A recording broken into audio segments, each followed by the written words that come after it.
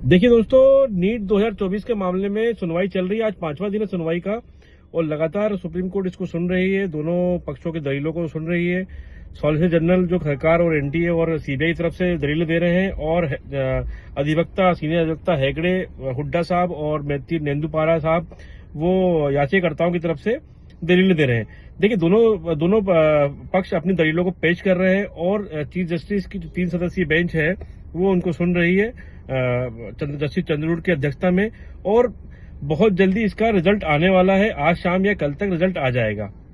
अब कल chief justice ने निर्देशित किया था गवर्नमेंट को और गवर्नमेंट को निर्देशित किया और निर्देशित करने के साथ ये बोला कि जो एक क्वेश्चन है उस पर जो ऑप्शन नंबर 4 और 2 है उसको बताएं कि कौन सा ऑप्शन नंबर 2 और 4 है। तो वो आज जो आईआईटी मद्रास था उसने वो रिपोर्ट सबमिट कर दी है और वो पटल पे है। वो आज ऑन रिकॉर्ड आ गई है सुप्रीम कोर्ट के उसमें कार्रवाई में।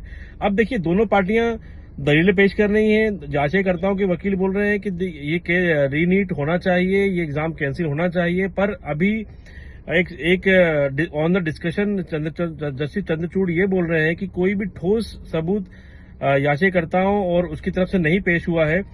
और याचिकाकर्ता हुड्डा साहब ये बोल रहे हैं कि जो सीबीआई गिरफ्तारियां कर रही है, जो गिरफ्तार कर रही है अक्यूज को, जो जहां से पेपर लीक हुए हैं, उनके पास से मोबाइल वो जब्त नहीं किया है। तो ये डाटा कैसे रिकंसाइल कर लेंगे, कैसे अभियुक्त को मान लेंगे, कैसे उसके एविडेंस को रिकवर करेंगे।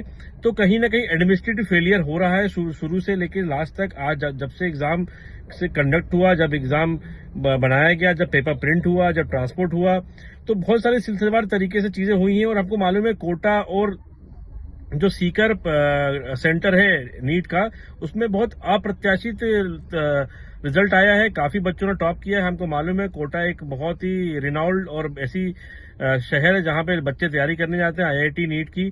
तो वहां पे भी बहुत अप्रत्याशित रिजल्ट आया है, बहुत बच्चों ने टॉप किया है और अच्छे मार्क्स लेके आए हैं।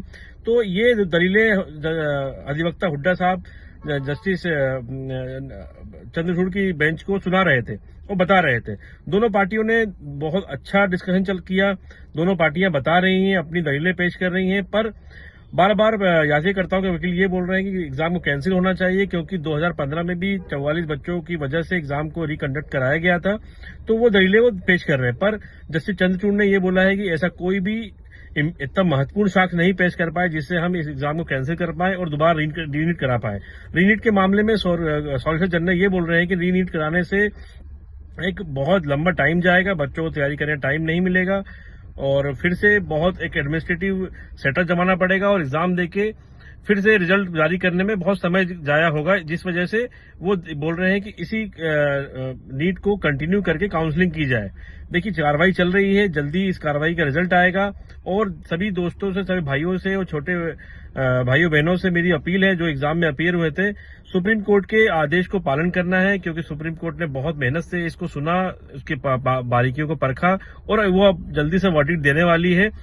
पोटेंशियल बच्चे में रहता है तो पोटेंशियल कभी खत्म नहीं हो सकता। इसलिए बच्चे यदि रीनीट होता है तो बच्चों को देना चाहिए, एग्जाम अच्छे से देना चाहिए, और नहीं होता है तो काउंसलिंग के हिसाब से जाएं, एमबीबीएस को ज्वाइन करें और अच्छे डॉक्टर बनकर देश को आगे बढ़ाएं। तब तक के लिए जय हिंद, जय भारत।